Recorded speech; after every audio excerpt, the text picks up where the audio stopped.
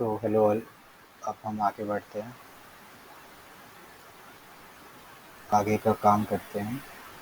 तो देखो हमने यहाँ पे क्या किया, हमने स्टैटिक फाइल्स को रखने के लिए एक स्टैटिक फ़ोल्डर बना दिया जो कि हम ऐप लेवल के अंदर बनाए हैं।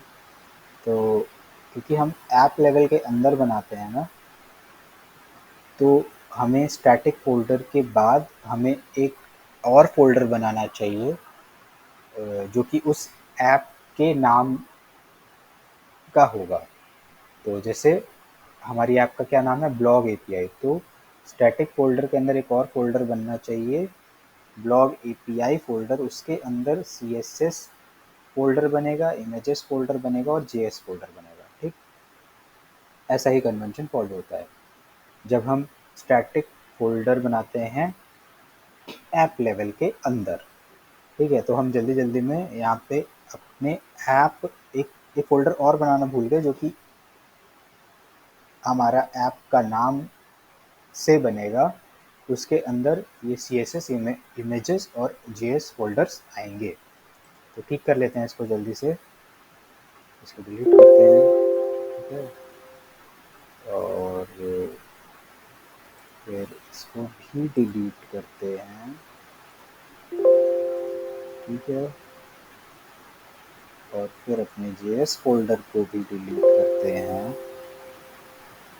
देखो हमने बनाया चीज़ें सही थी कि स्टैटिक फाइल्स को रखने के लिए हम स्टैटिक फ़ोल्डर बनाएंगे, लेकिन क्योंकि हम ऐप के अंदर बनाते हैं तो हमें कुछ जनरली कन्वेंशंस फॉलो करने पड़ते हैं कि अपने आसानी के लिए, कि ये जो स्टैटिक फ़ोल्डर है, अगर हम उसके अंदर अपना एक और फ़ोल्डर बना देंगे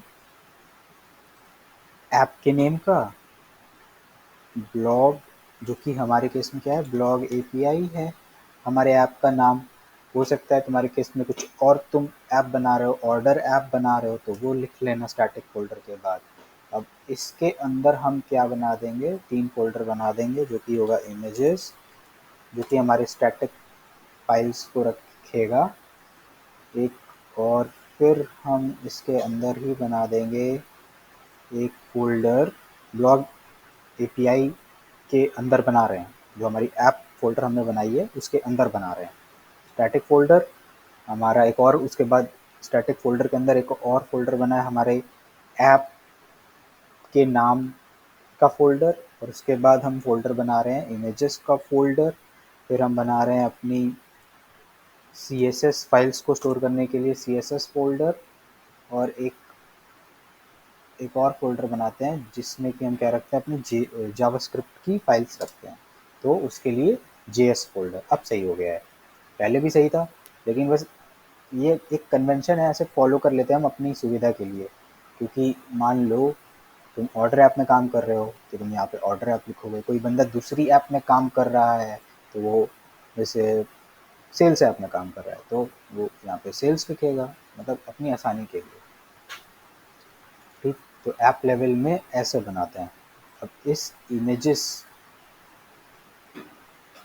तो जो, तो इस अब क्या होगा कि, हाँ अब क्या होगा कि हमें इस इमेज फ़ोल्डर के अंदर लाके अपनी एक इमेज रख देनी है। तो उस इमेज को कहाँ से उठाना है, तुम्हारे सिस्टम में जो कोई सी भी इमेज है तुम उठा लो। ठीक है, तुम्हारे सिस्टम में जो कोई सी भी इमेज है तुम उठा लो।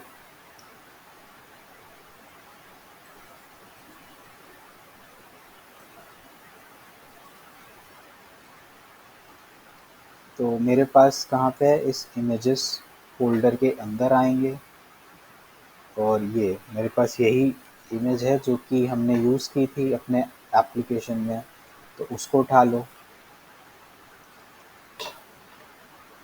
और फिर क्या करो, जहाँ पर भी तुमने वो बनाया है फ़ोल्डर, मैंने कहाँ अपने इस ब्लॉग प्रोजेक्ट के लिए उसके अंदर जाओ। मैंने किस नाम से बनाया है, जैनगो ब्लॉग प्रोजेक्ट नाम से बनाया है। ठीक, तो उसके अंदर GS1 के अंदर जाओ, उसके अंदर ऐप के अंदर जाओ, फिर उसके अंदर स्टैटिक फ़ोल्डर के अंदर जाओ, स्टैटिक फ़ोल्डर के अंदर जाने के बाद फिर अपनी ऐप के अंदर जाओ, फिर अपने इमेजेस के अंदर जाओ और यहाँ पे ले आके सिंपल पेस्ट कर दो। ठीक, यहाँ पे ले आके क्या कर दो, सिंपली पेस्ट कर दो। अब ये जो इमेज है तुम्हें तुम्हारे VS कोड के अंदर दिखने लगेगी। ठीक है, देखो दिख रही है क्या? हाँ देखा, दिख रही है। अब अपने home.html में जाके इसका पाथ लिख देते हैं। कैसे लिखेंगे? वही यहाँ पे लिखेंगे स्टैटिक, मेरे पास सजेशन आ रहा है तो मैं उसका यूज़ करूँगा, स्टैटिक और हमारी इमेज का पाथ। तो मेरी इमेज का क्या पाथ है? हमारे पास ये स्टैटिक फ़ोल्डर तक का तो पाथ रहता है, अब उसके आगे का पाथ हमें देना है। तो हमारी जो इमेज है django-developer.jpeg, ये है इस इमेज का नाम। तो अगर ठीक है, तो उसको कैसे लिखेंगे? जो तुमने बनाया है अपनी ऐप, ये यहाँ पे बनाया ना, यहाँ तक का पाथ हमारे पास अवेलेबल है। लेकिन उसके बाद जो तुमने ये ब्लॉग API करके एक और जो फ़ोल्डर बनाया है वो लिखा, उसके अंदर इमेजेस फ़ोल्डर जो तुमने बनाया वो लिखा, और उसके अंदर फिर क्या लिखेंगे हम? मेरी इमेज का नाम। क्या है मेरी इमेज का नाम? Django developer डॉट JPEG, यही है ना? ये हो गया मेरा पूरा, ये हो गया मेरा पूरा पाथ। ऐप के अंदर ये हो गया ऐप, इमेजेस फोल्डर के अंदर ये हो गया मेरा इमेजेस फोल्डर, और उसके अंदर जो इमेज है वो, ये हो गई मेरी इमेज। ठीक, तो हमेशा हम यही कन्वेंशन फॉलो करते हैं स्टैटिक फाइल्स के लिए। अच्छा, अब देखते हैं क्या आ गया, मतलब क्या home.html पे हमारी इमेज आ गई है। देखते हैं जाके, इसको एंटर करते हैं। अच्छा, अब देखो एरर आ रही है। क्या एरर आ रही है? Invalid block tag on line 8 static expected end block, did you forget to register या लोड दिस टैग? हाँ, हम एक काम करना भूल गए हैं। क्या काम है? जब भी हम स्टैटिक फाइल्स का यूज़ करते हैं और जब भी हम स्टैटिक फ़ोल्डर बनाते हैं तो हमें क्या करना पड़ता है? हमें यहाँ पे लिखना पड़ता है लोड, ठीक है, लोड स्टैटिक। ऐसे ये जो टेम्पलेट टैग है हमें एग्जैक्टली उसके अंदर, टेम्पलेट टैग के अंदर करली ब्रैकेट्स मॉड्यूलो करली ब्रैकेट्स टेम्पलेट टैग्स हैं, उसके अंदर लोड स्टैटिक, ऐसा हमें लिखना पड़ता है। ठीक, तो ऐसा लिखने के बाद क्या करेंगे अब हम? अब देखते हैं क्या हमारी स्टैटिक फाइल दिखा रही है। हाँ, दिखा रही है। अच्छा, कभी कभी क्या होता है ना कि स्टैटिक फाइल जब तुम यहाँ पे लगा लोगे तो वो इमेज कभी कभी लोड होती नहीं है। तो कुछ नहीं करना रहता है कि अपने सर्वर को बंद करना Ctrl+C से, और फिर से सर्वर रन करना, और फिर आके अपने इस होम को हिट करना, तो फिर से वो इमेज दिखाने लगेगी। ठीक है, फिर से वो क्या करेगी? वो इमेज दिखाने लगेगी। अब क्या करते हैं, इस इमेज को थोड़ा बीच में लाते हैं, तो इसके लिए क्या करते हैं, टेलविंड की क्लास लगा लेते हैं। तो जल्दी से उस टेलविंड की क्लास लगा लेते हैं, क्लास, और फिर लिख लेते हैं फ्लेक्स जस्टिफाई, जस्टिफाई सेंटर और आइटम्स सेंटर, और देखते हैं क्या मेरा काम हो गया, देखिए ज़रा हिट करते हैं। अच्छा, यहाँ पे आ गया, मिडिल में आ गया। ठीक है, अब इमेज पे ही क्या करते हैं, img टैग जो है यहाँ पे, इसके अंदर भी एक क्लास लगाते हैं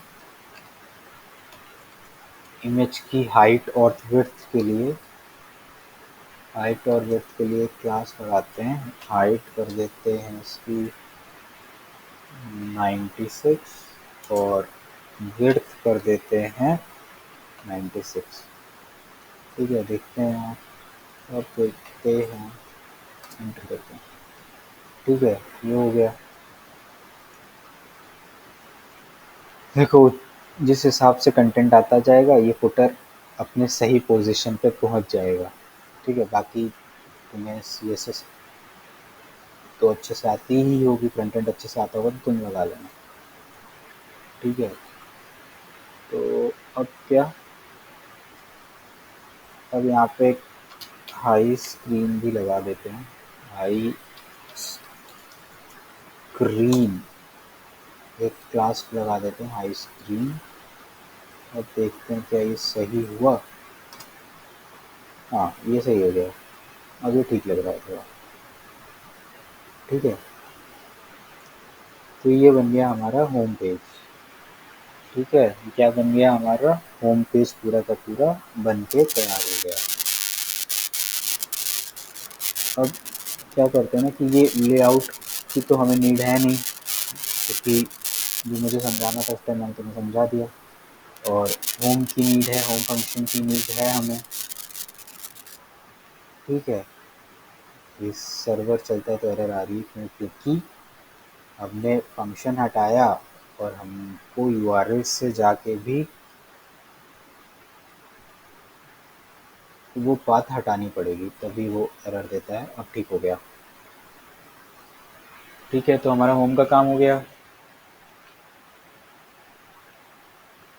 और जो अब पाथ मैं इसको दूंगा होम के लिए, अब मैं क्या कर रहा हूँ इस होम के पाथ के लिए कि ये जो एंड पॉइंट है होम स्लैश हटा के यूज डॉट होम चलेगा। ठीक, और हम यहाँ पे एक नेम दे देते हैं, एक नेम दे देते हैं होम। इसका काम क्या है अभी बाद में समझ में आएगा। ठीक है, अभी नहीं समझ में आएगा, अभी मैं बता दूंगा, बाद में समझ में आएगा। ठीक है, तो इतना काम हो गया। अब क्या करते हैं कि